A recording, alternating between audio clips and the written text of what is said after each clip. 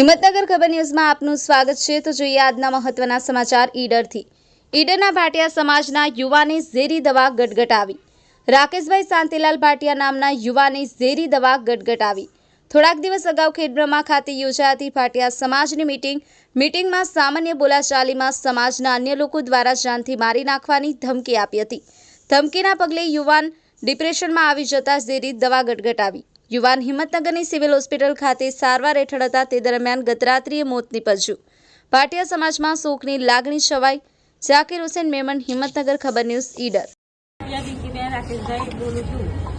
મારા પતિ વિશે ખેડબ્રહ્મા મીટિંગમાં ગયા હતા। ત્યાં બબાલ થઈ હતી। બબાલમાં ત્યાં આગળ એમને મારામારી ઝપાઝપી થઈ હતી। ત્યાં આગળ એ લોકોને સમાધાન કરવાનું કીધું તો ના કર્યું। એ લોકો પાછા ઈડર આવ્યા। ઈડર આવીને સમાધાન કરવાનું કીધું પણ ના પાડી। એ લોકો કહે છે કે તમે ઈડરવાળા જ ખાલી માફી માગો અને હું વિડીયો વાયરલ કરું, એ વિડીયો આખા સમાજમાં ફેરવું। પછી આ લોકો ઈડરના સમાજવાળા લોકોએ ના પાડી કે અહીંયા અમારે એવું કરવું નથી।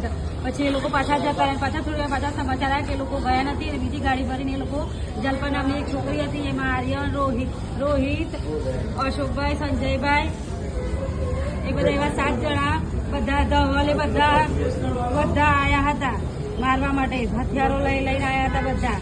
એ બચાવમાં મારા પતિને ટોર્ચર પણ કરવામાં આવતા હતા કે તમે દુકાન જશો, બહાર જશો, કંઈ બી જશો તો તમને મારી નાખવામાં આવશે, તમારા છોકરાઓને પણ મારી નાખવામાં આવશે। એ ત્રાસથી મારા પતિએ દવા પી લીધી હતી। આ ઘટનાની કોઈ ફરિયાદ પોલીસ સ્ટેશન નથી? પોલીસ સ્ટેશનમાં હા કરી હતી પણ કોઈ કાર્યવાહી થઈ નથી હજી સુધી। તમારી માંગણી શું છે? બસ ન્યાય મળવો જોઈએ તો જ અહીંયાથી લાશ લઈ જશું, નકર નહીં લઈ જશું। શું નામ તમારું? ભાટિયા પિંકીબેન। 26/4/2025 રોજ ખેડબ્રહ્મા જનરલ મિટિંગ હતી। જનરલ મિટિંગના અંદર સામાન્ય બોલાચાલી 2:30 થી 3 વાગ્યાના ગાળામાં થઈ હતી। તેમાં રાકેશ ભાટિયા, પછી ધવલ અને જીગર અને સાહિલ, આ 4 જણને લાફાઝાફીમાં માર્યો। તેમાં અમે ઈડર ખાતે આવી ગયા। ઈડર ખાતે આવ્યા પછી એઓ સાંજે 6:30 થી 7ના ગાળામાં 2 ગાડીઓ ભરીને ઈડર આવ્યા અને સરપ્રતાપની પાછળ, ગાયત્રી મંદિર પાછળ બાજુમાં તેઓ આવીને ઊભા રહ્યા અને સમાજના આગેવાનોને એમને બોલાયા અને એ 4 જણને અમારી સમક્ષ માફી માંગાવો એમ બોલાયા અને પગે પડો એમ કીધું યુવાને। પરંતુ અમારા સમાજના બધા વડીલો અમને મળ્યા પાછળ કે તમે માફી માગી લો તો આ વાત વહીથી પૂરું થઈ જશે। પણ અમે ત્યાં ગયા પછી યુવાનો ઉગ્ર સ્વભાવ જોતા અને એમને એમ કીધું અમને કે તમારો વિડીયો વાયરલ કરશું, આખા સમાજમાં બારેસીમાં ફેરવશું અને માફી માગતો આખો વિડીયો બારેસીમાં ફેરવશું। એટલે બારેસી ઈડર સમાજે ના પાડતા ઉગ્ર સ્વભાવ કરતા એમને કીધું કે ઘેર અથવા તમારા દુકાને જાનથી મારી નાખવાની ધમકી આપી છે અને ટોર્ચર કરતા ભાટિયા રાકેશભાઈ 28/5 રોજ સવારે 9 થી 10, 9:30 થી 10ના ગાળામાં દવા પી ગયેલા હતા। દવા પીધા પછી 10 વાગે ઈડર સિવિલમાં અમે ટ્રીટમેન્ટ માટે લઈ ગયેલા।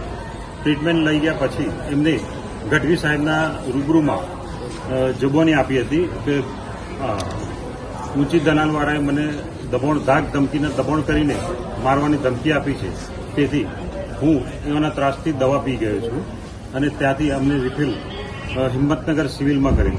હિંમતનગર સિવિલમાં પોલીસની કોઈ કાર્યવાહી ના થતાં 8 દિવસે રાકેશ ભાટિયા આજ રોજ મૃત્યુ પામેલ છે। આજે તમારે ધમાલ થઈ જે દિવસે 26 તારીખે, એ દિવસે તમે પોલીસ ફરિયાદ કરી હતી ખરી? હા, એ દિવસે અમે રાતે 26/5 રાતે 1 વાગે 26/4ના દિવસે રાતે 1 વાગે અમે પોલીસ ફરિયાદ કરેલી હતી। તો એનું અનુસંધાનમાં હજી 10 દિવસ થયા તો બી કોઈ કાર્યવાહી થઈ નથી, અમારી એફઆઈઆર ફાટી નથી। માગણી નહીં થાય તો અમે ધરણા કરશું જ્યાં સુધી અમારી એફઆઈઆર નહીં ફાટે ત્યાં સુધી અમે એની લાશ અહીંથી લઈ જવાના નથી। ભાટિયા અતુલ કુમાર રામાભાઈ।